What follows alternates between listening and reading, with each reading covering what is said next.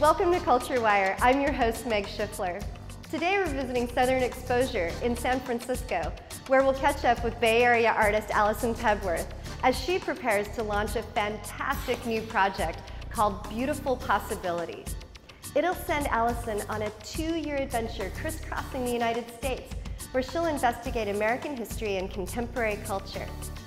Using the American tradition of the traveling roadshow as inspiration, Allison will travel to art spaces and community centers, where she'll sit down and talk with residents in search of stories and experiences that reveal what it is exactly that makes us American.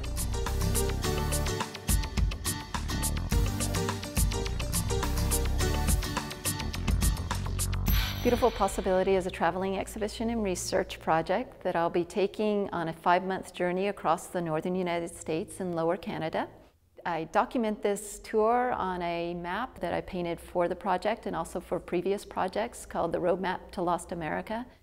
On this map, I've taken all the contemporary borders out of the map and replaced them with the native territories and then overlaid it with the contemporary highways. I've scheduled venue stops at different areas along this tour from California to South Dakota that will serve as headquarters for my local research. When I was researching the traveling medicine show, I came across an ailment known as Americanitis. And Rexall even put out an Americanitis elixir. And it referred to the ailments that came about because of a high-stressed and high-pressure life. Mostly that came about because of the Industrial Revolution, I guess.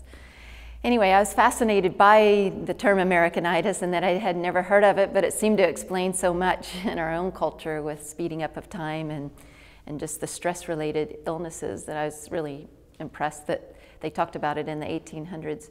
And so I developed a survey to see if it was a relevant ailment today. I have a series of 8 painted banners. They're retellings of American history. I'm particularly interested in transition histories between Native and European histories and then retelling them as if they were our popular myths. So there's a mix of eras and characters and times throughout these banners. Genesis in the Retort is one of the banners where I use the alembic and the melting pot, where things reduce down and then they come to this point, and out of that reduction point, something else can transform out of it.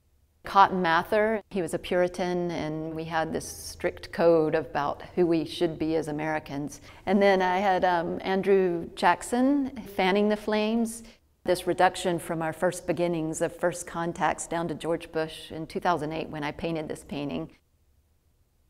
All of the characters that appear in the banners are real characters that I've taken from my research. We are these interesting mix, and I want to provoke wonder about who we are. Every one of the characters are taken from actual photographs or documents that I've found in my research on American history. In a lot of my banners, you can see the still or the alembic throughout, thinking about the melting pot and some of those imageries and myths that we use in our culture for talking about this reduction of all these different mixes of people. How do you distill an experience? That's something I really want to think about, collecting ingredients and ideas and distilling it down so that you can consume it. And I wanted to try to do a San Francisco elixir. The St. George Distillery loaned us a beautiful copper still. We found spring water from underneath a church in Cow Hollow. We put rose hips into the honey water to attract the wild yeast that consumed the sugar that made a mead. So for a month and a half, that was sitting in the gallery, fermenting. We distilled it through local herbs that we gathered, Yerba Santa and Yerba Buena, which San Francisco is named after.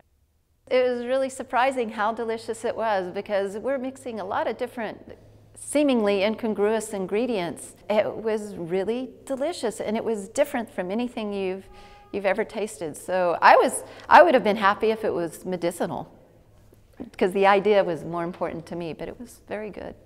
Costuming is really something I think about a lot, especially in transition history. Native Americans, how they had this combination of dress from the calicos that came from trade companies mixed with their traditional dress. I love how reflective it is of who they are. and also these merging histories coming together. What would we look like if we carried our history with us? All these interesting mergings of cultures, and it was reflected in our dress. And thinking about my own history with these early Europeans coming in and intermixing with native cultures. The one thing that I would like people to take away with them after seeing my work is just a sense of wonder in who we are as Americans. That we're really these beautiful mixes of people, and that we should really be looking backwards at who we are. And I think that we're all kind of historians in our own lives, and that there are great precedents behind us that can maybe give us insight into who we are. You can follow Allison's road trip on her website. Check back to the site often. New experiences will be added at every stop.